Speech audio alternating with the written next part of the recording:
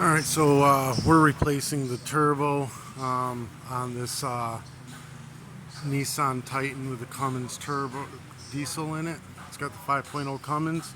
Kind of a, not a common issue that the turbo goes bad, but it's something that happens. And to get the turbo out, I mean, you got to take the intake, you got to take the intake out. There's a whole chore to that. Hose. I didn't think I had to take this plate off, but I did anyways, just so I'd have a bolt to hang the chain here to here. Controller. It's this pipe right here, and then there's this pipe right here. It's 3 bolts each on those. And then you got this little line right here. It's easier to disconnect it from the exhaust on bottom.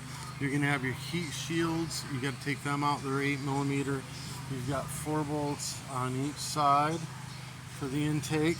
You have a bunch of hose clamps that are, or not hose, wire ties that are like clamped down all the way around. Sensor. There's another one underneath sensor. Here, don't forget that guy, sensor or actuator.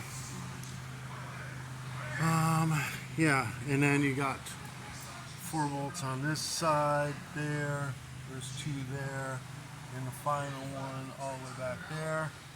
So, and then I used the engine hoist to lift it up out of there, and you'll have this guy and this guy, the turbo and the, I guess, part of the upper part of the turbo. I don't know what that is, but you're gonna have 3 bolts that go on top of this guy here.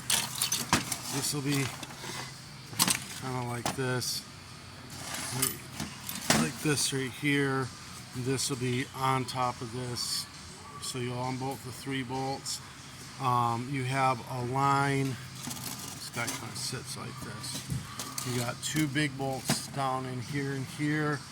There's a line right there that also attaches to right here. It bolts to here. There's the line. And then it goes to the top of that long section. So you got it here, you got it there. Alright. There's 3 studs that go through the exhaust Y. I'll show you those. Those are 7mm.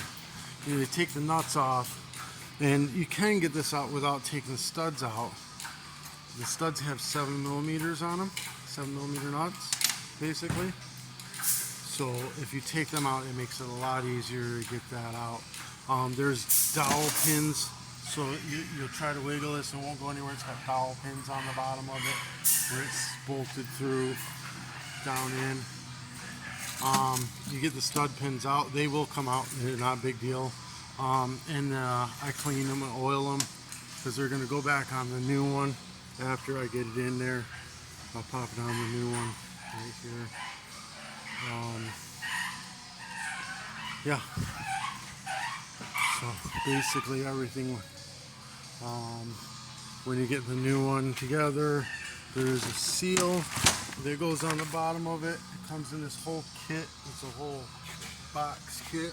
I'll see if I can find this online. More than likely you're going to have to go to Nissan and get it through them. It'll have every gasket, every seal, everything you need for this job. There is a Y clamp that's going to have to go back on, a V clamp or whatever it's called, I forget. They are a pain in the ass. Basically, I had to spread it as wide as I could, and then I get a crowbar in there and pry it like that way. Once I got this spread as much as I could, it popped right over. Finally, you need to put that on the new guy and have it past it, all the way down around here like this, so that when you get it in, you can get it back over it. It's going to be fun for sure. Yeah, basically that's what you got to do to get it out, and then obviously putting it back in, everything in reverse. You get a new gasket that you have to put on here. It's like an aluminum cardboard thing. Alright. Good luck. Personally, I would take it to a dealer because even us Nissan mechanics don't want to do this job. Oh, tape up your intake. After you get that intake off, you do not want anything falling into them.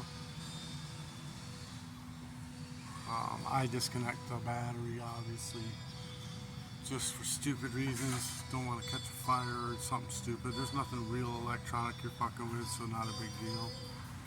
You'll have to unbolt. There's 3 bolts for your fuel filter. You have to unbolt that, and that'll just stay right there. Hoses, such. No big deal. Alright. Peace. Good luck.